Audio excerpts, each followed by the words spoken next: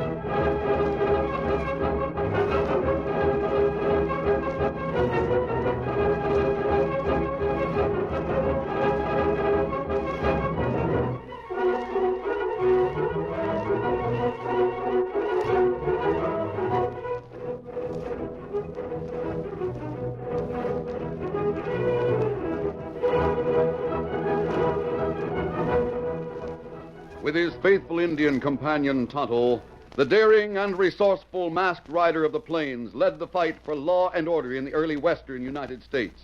Nowhere in the pages of history can one find a greater champion of justice. Return with us now to those thrilling days of yesteryear. From out of the past come the thundering hoofbeats of the great horse Silver. The Lone Ranger rides again. Come on, Silver! Let's go, big fellow! I'm Silver! Hooray!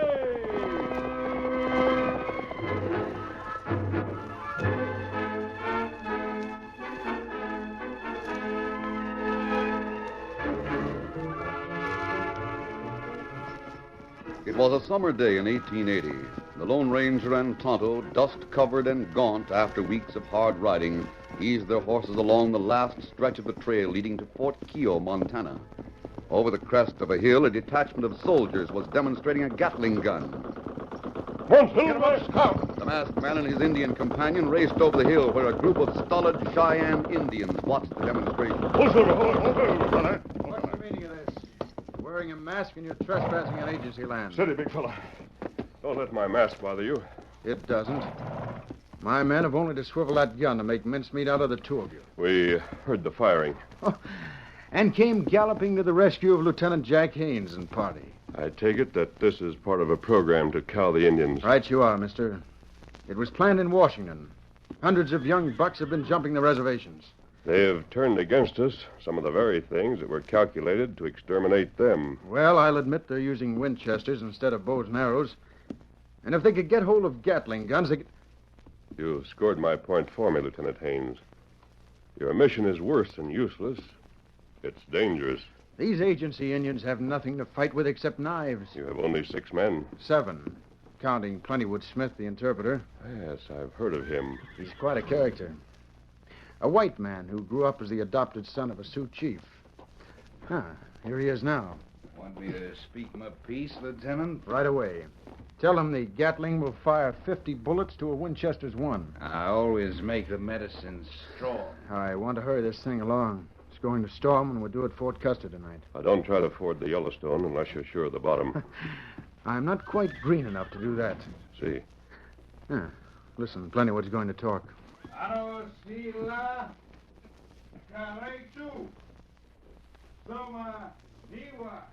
He knows Indian oratory, all right. And he knows the Indian mind.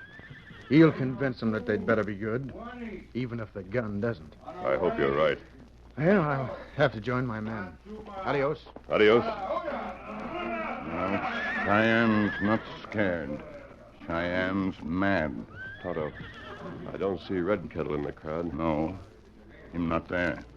Kimasabi, I'm going to become Mr. Dixon, horse buyer for the Army.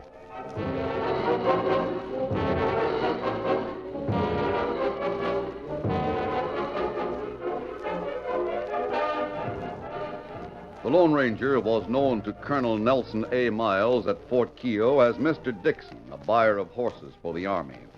In this role, he was admitted to the fort on the day after the demonstration of the Gatling gun. He found Colonel Miles, the famous Indian fighter, surrounded by excited officers and guests.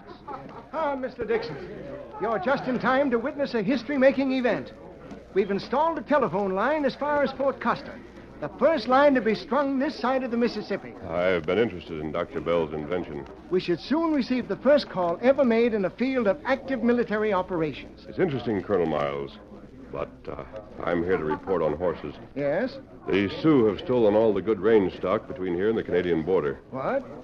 Dixon, if that's the situation, it's bad indeed. Yes, they're running the stock across the border and trading it for guns. You think the Sioux are plotting another uprising? There's no other answer, sir.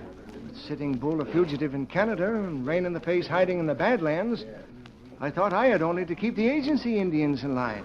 You can't do it, sir, by shooting off a Gatling gun. I know that, Dixon. This is the Army. My hands are tied. Colonel Miles. Ah, Sue.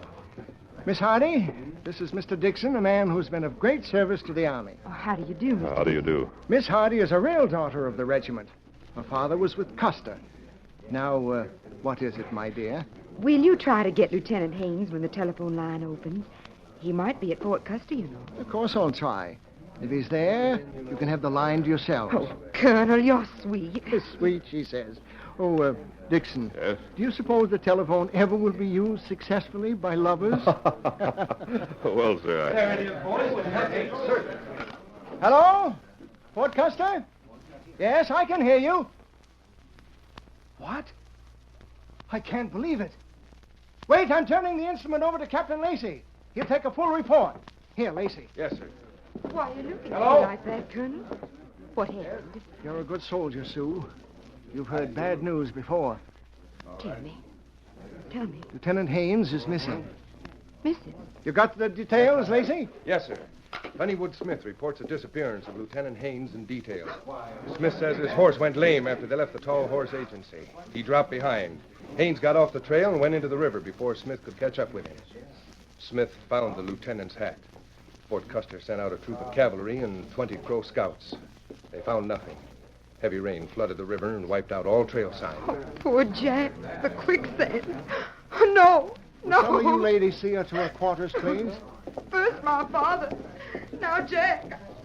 Our first telephone call, and it had to break a girl's heart. Where is Plentywood Smith now? Oh, yes, I forgot to put it down, but Fort Custer is sending him here. Should be along any minute. I warned Lieutenant Haynes yesterday against the treachery of the Yellowstone. Then why did he... He didn't, Colonel. The river has been used to cover the treachery of a man. Take it, Lacey. Yes, sir. It's Captain Lacey speaking for the colonel. Yes? Uh-huh. Yes, at once. More bad news, Colonel. Now what? Red Kettle and a bunch of braves have jumped the reservation. Oh, that box has a curse on it. No, I didn't mean that. It is saving us a lot of time. We may yet catch Red Kettle. Major Arnold. Yes, sir. Muster your squadron. Very good.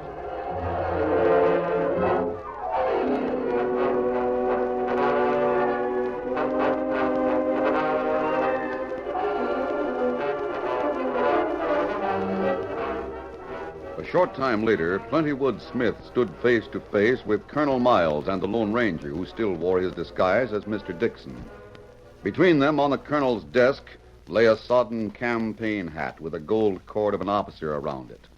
The lips of the white Indian were twisted into a wolfish grin. Well, you've heard my report. Now I'll mosey along. Just stay where you are, Plentywood. Who are you? What right you got to order me around? I want to look at that hat, Colonel. Here it is, Dixon. Lieutenant Haynes wore it with the brim pinned up on the side. All the young officers do.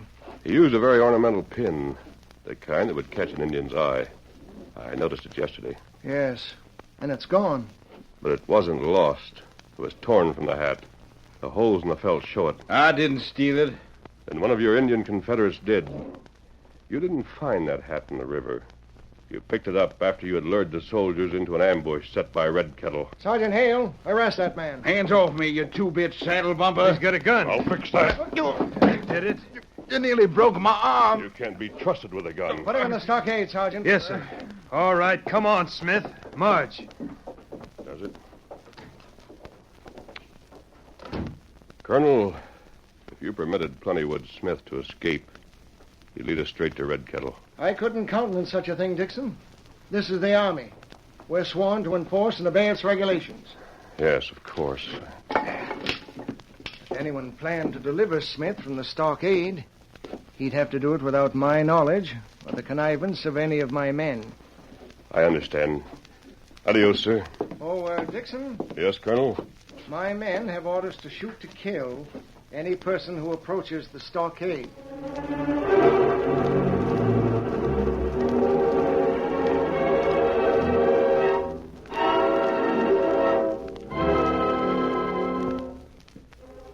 A few minutes later, the Lone Ranger joined Tonto at their camp near the fort. They discussed the situation. And Red Kettle will try to reach Rain in the face. Them two plenty good Indian general. Yes, they worked together when the Sioux and Cheyennes joined forces against Custer. Maybe Red Kettle in Badlands now. He never got that far, Tonto, before the rain stopped. Now he can't move without leaving a clear trail with the gun wheels. He has some hole in the wall where he'll stay until the cavalry gives up its search. And what we do? I have a plan, Kimosabe.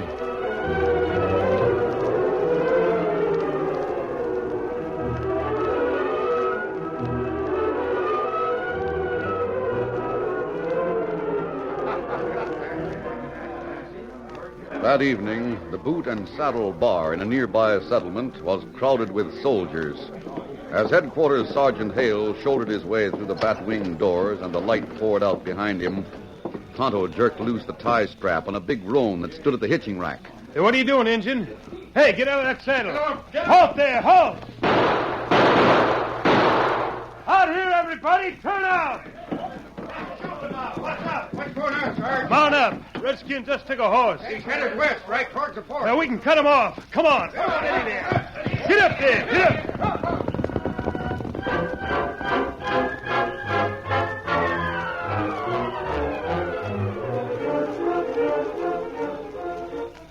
In the meantime, the Lone Ranger, still disguised as Dixon, had returned to the fort where he met Captain Lacey in front of the prison stockade. Big fellows back in Washington are going to raise the roof when they hear the Indians got away with a Gatling gun. Officer of the day! Yep. What is it? Ho, ho, ho, ho, ho! We got a reservation jumper, sir. He stole a horse. Oh, it's you, Sergeant Hale. Get down off that horse, Injun. Let me have a look at him. Hold up the lantern, Dixon. Here you are. What's your name, Indian? He looks like a Cheyenne called Burning Bush. Me heap friendly Indian. Indians don't steal horses. You were going out to join Red Kettle's renegades. Search him, Sergeant. Turn around, Burning Bush. Shake out his blanket. Feel over his head. No telling where he might have a knife hidden. There's nothing on him, sir. Where's the horse? The roan, right here. Captain Lacey, that horse is mine. Yours, Dixon? Yes, one of 3 I bought in town this afternoon. I left it hitched at the Boot and Saddle, expecting to get it tonight. Well, that's where he stole it. Why, you thieving coyote. You're one Indian. I'm going to teach a lesson. Steal my horse, will you? Oh, leave here now. I'll beat you up. Take this. Here's the gun, Tonto. You killed the redskin. Keep it beneath your blanket. We'll let him go on. The redskin deserves. You'll find horses at the rail outside the fort. Stop it, Dixon, or I'll arrest you. That Indian's a federal prisoner. All right, Captain. He's your property. Take him. I know how you feel about horse stealing. But Uncle Sam doesn't stand for a man taking the law into his own hands. What'll I do with the Indians, sir? Put him in the stockade. Corporal, open it up. Right, Sergeant. Come on, Injun, get up. In you go. There.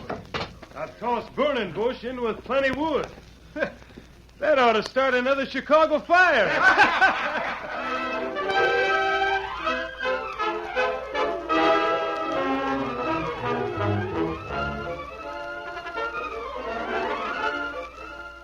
The curtain falls on the first act of our Lone Ranger story. Before the next exciting scenes, please permit us to pause for just a few moments.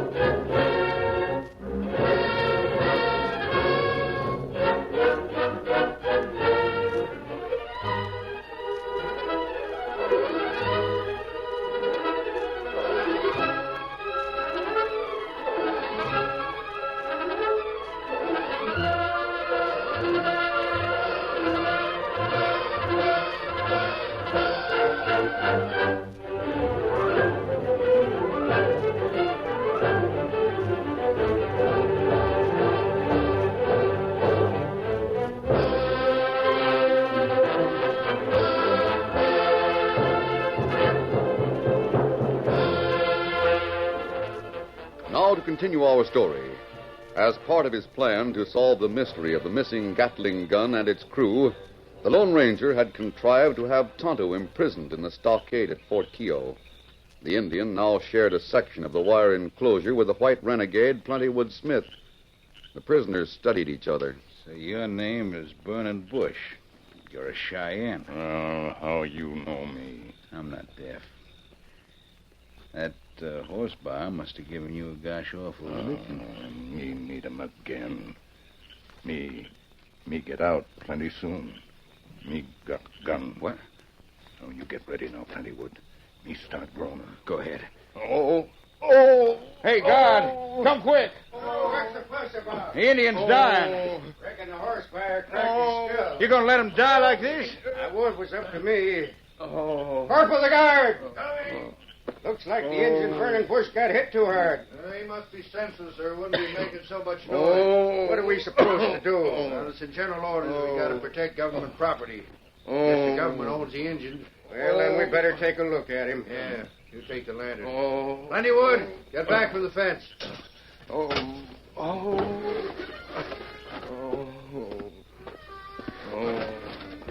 Hey, Burning Bush. Get up. He's getting up. Watch out, he's got a gun. You soldiers, put up hands and keep mouths shut.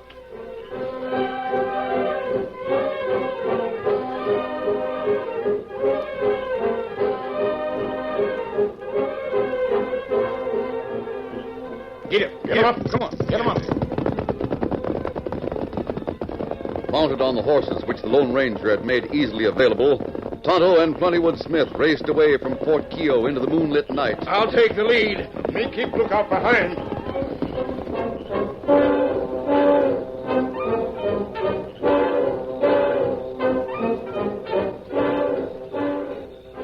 The Lone Ranger watched the start of their flight from behind the black mask which he again had donned. As the sound of the drumming hoofs grew faint, he urged his mighty stallion into pursuit. Come on, Silver!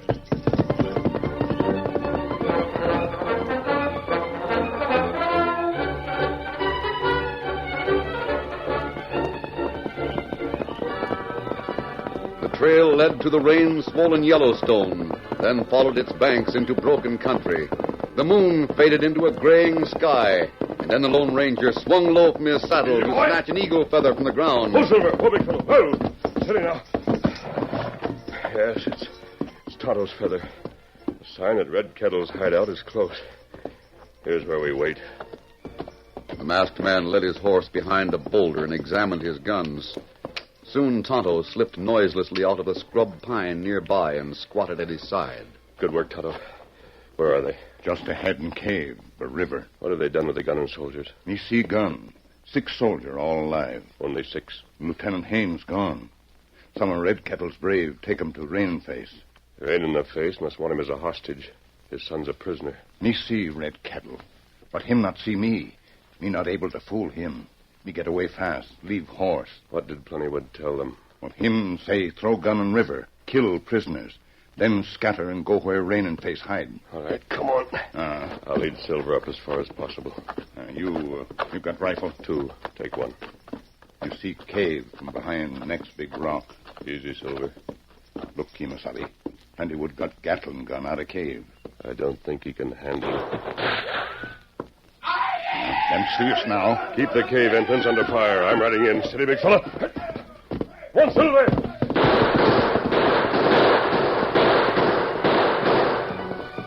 The white Indian and the Cheyenne braves who had been helping him pull the gun fled into the cave as the Lone Ranger charged down upon them, his guns driving rivets of orange fire into the dawn light. One, Silver! Stop, you renegades! Stop! As Silver bore down on the deserted Gatling, the masked man kicked his boots free from the stirrups, leaped and lit standing astride the gun limber. He swung the barrel, threw in the discharge lever, and jerked the crank. The multiple barrels spun with a speed that made them a single cylinder. The frightful storm of lead swept across the mouth of the cave, sealing it up and filling the air with dust and flying fragments of rock. Then Tonto ran down to join his friend. Call the Red Kettle in Cheyenne, Tonto. Tell him to come out with his warriors. Say that if they as much as touch their prisoners, all will die. Kamusi, Masu, Make. Come on, the chorus. The mono Meneste. What does he say? Red Kettle say all come out. Him heap sorry him not get way with big gun. Hear that? Pony soldiers come. Major Arnold's column must have heard the shooting. What we do now, Kemosabe? Look for Lieutenant Haynes? Not now, Tonto. Even if we could rescue him, that wouldn't prevent another uprising. That's right. Get Red Kettle and leave the others to the soldiers. I want the chief for an experiment.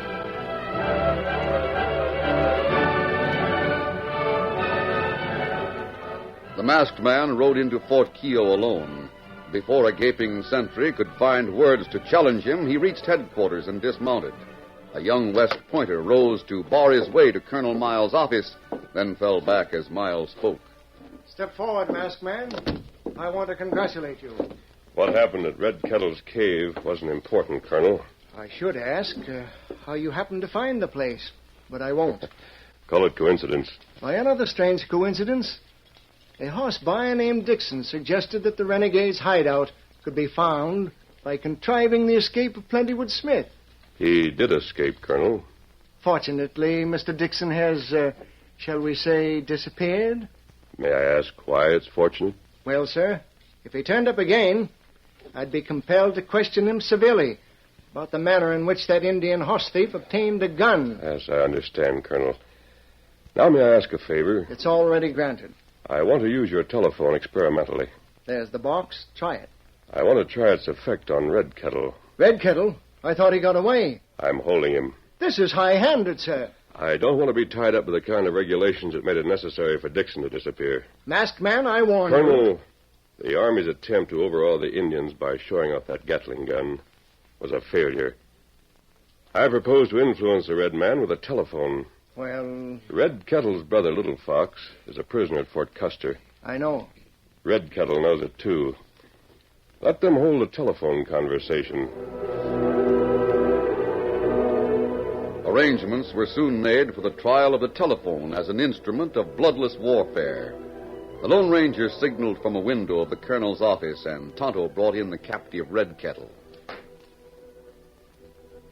The old chief, a veteran of the Battle of Little Bighorn, faced Colonel Miles and the masked man with expressionless face and steady eyes. Chief Red Kettle, you're skilled in the art of war.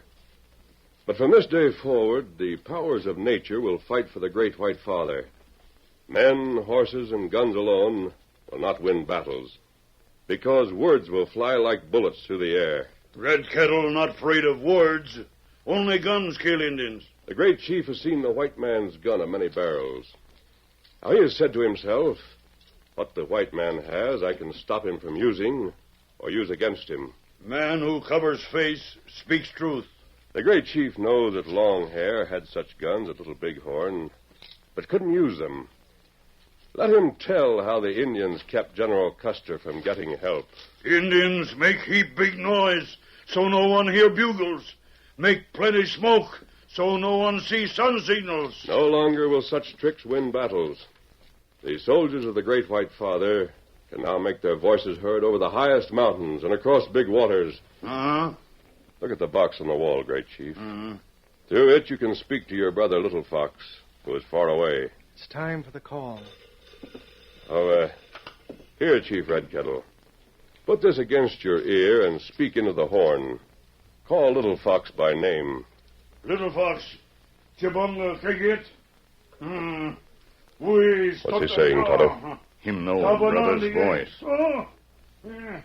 Now him ask question. Only Little Fox has answer to. There's a storm coming. It may break the connection.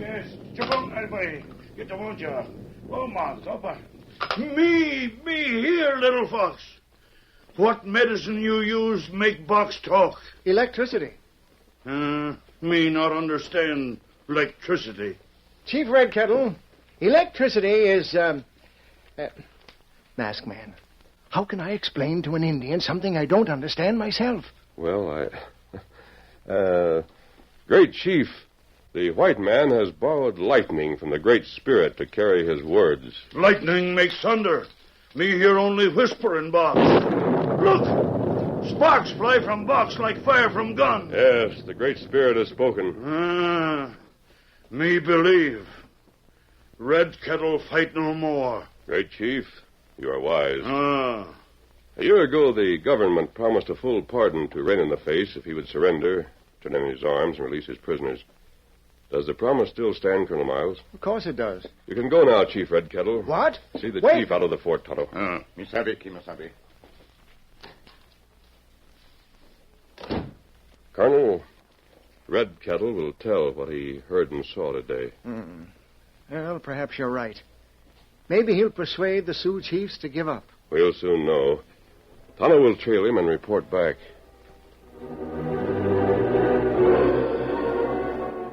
One week dragged into another without word from Tonto. Crow scouts told of seeing smoke signals and hearing drums deep in the Badlands, but the meaning of the messages remained a secret of the forbidding hills. Each day sharpened the anxiety felt by Colonel Miles and Sue Hardy. The Lone Ranger tried to reassure them, but he, too, felt the strain of waiting for the outcome of his plan. And then... Colonel Miles, the telephone. I'm almost afraid to hear what it'll tell. This is Colonel Miles. Yes, Fort Custer, I can hear you. Go ahead. Great guns, are you sure? Yes, call back. Sue, Jack Haynes is safe. Oh, Jack. Colonel, did they harm him? Not at all. He just reached Fort Custer with an Indian named Tonto. The telephone saved him. And let you win again, Masked Man. Rain in the Face and all his people are on their way here to surrender. The Masked Man? He's gone, Colonel. Yes, Sue. But he'll return if we ever need him. But who was he? And who was Mr. Dixon? They're one and the same. The Lone Ranger.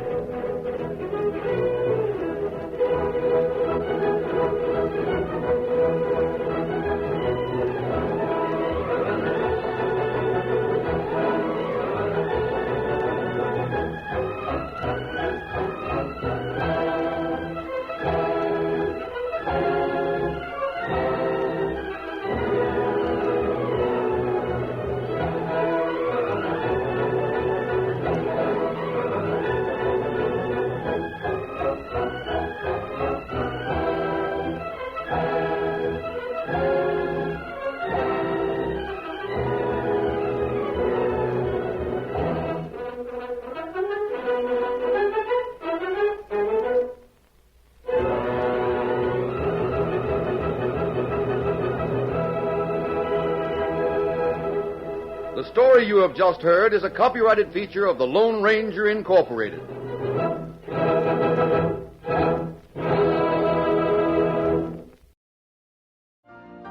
You've been listening to the OTR Gold Network.